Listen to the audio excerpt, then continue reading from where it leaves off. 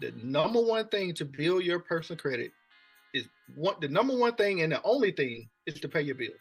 That's it. That's it. Pay your bills on time, and I promise you, you will have a good credit score. Because they're going to keep offering you stuff. Then you're going to start getting offers in the mail. Who get offers in the mail? You don't get offers in the mail if you got bad credit. Go ahead, Diamond. No, I was just saying I get offers in the mail. You get offers in the mail. If you got bad credit, you're not going to get no offer. I promise you. They're not going to send you nothing. They're going to send you a bill. And what I tell people, I can help you restore your credit, repair your credit, whatever you want to call it. I can help you do that.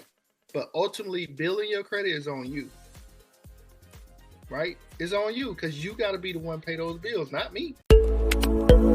Comment credit, and I'll send you the free resources.